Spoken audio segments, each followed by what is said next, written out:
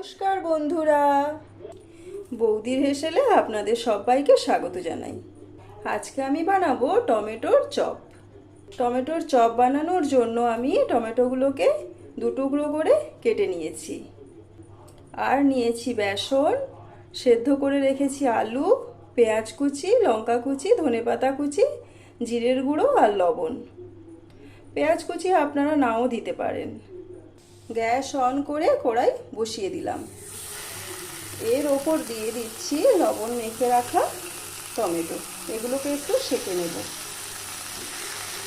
টমেটোটা সেঁকা হোক, আমি ততক্ষণ এই সমস্ত উপকরণ দিয়ে আলুটাকে ভালো করে ম্যাশ করে নেব। এই আলুটা আমি খুব ভালো করে মেখে নিলাম। এরপর এটাকে আমি সরিয়ে রেখে দেব।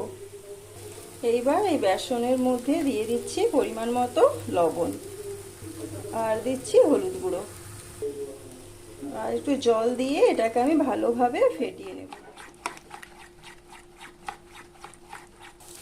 টমেটোগুলো আমি এবার উল্টে দিচ্ছি। এটা আমার হয়ে গেছে। এবার গ্যাস বন্ধ করে দিলাম। ঠান্ডা হয়ে যাওয়ার পর আমি একটা টুকরো নিয়ে নিয়েছি। এরপর দিয়ে দিচ্ছি আগের থেকে মেখে রাখা আলু। এটাকে আমি ভালো করে লাগিয়ে নেব।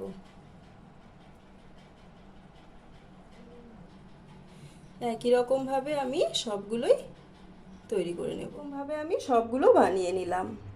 এরপর গ্যাস অন করে একটা কড়াই বসিয়ে দিয়েছি, আর দিচ্ছি কিছুটা সর্ষের তেল। এই গরম সর্ষের তেল আমি কিছুটা নিয়ে এই ব্যাটারের মধ্যে মিশিয়ে নেব। এইবার আমি এই টমেটোটাকে বেসনের গোলায় ডুবিয়ে এবার বেসন লাগিয়ে নেব। এইবার এই গরম তেলে দিয়ে দিচ্ছি।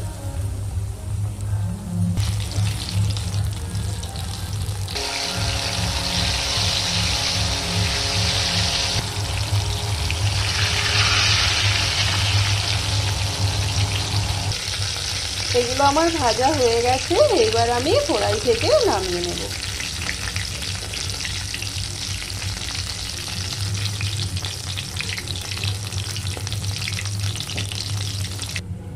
একই রকমভাবে আমি সবগুলোই ভেজে নেব। ভেজের জন্য আমি টমেটো দিয়ে ওটা বানিয়ে নিলাম।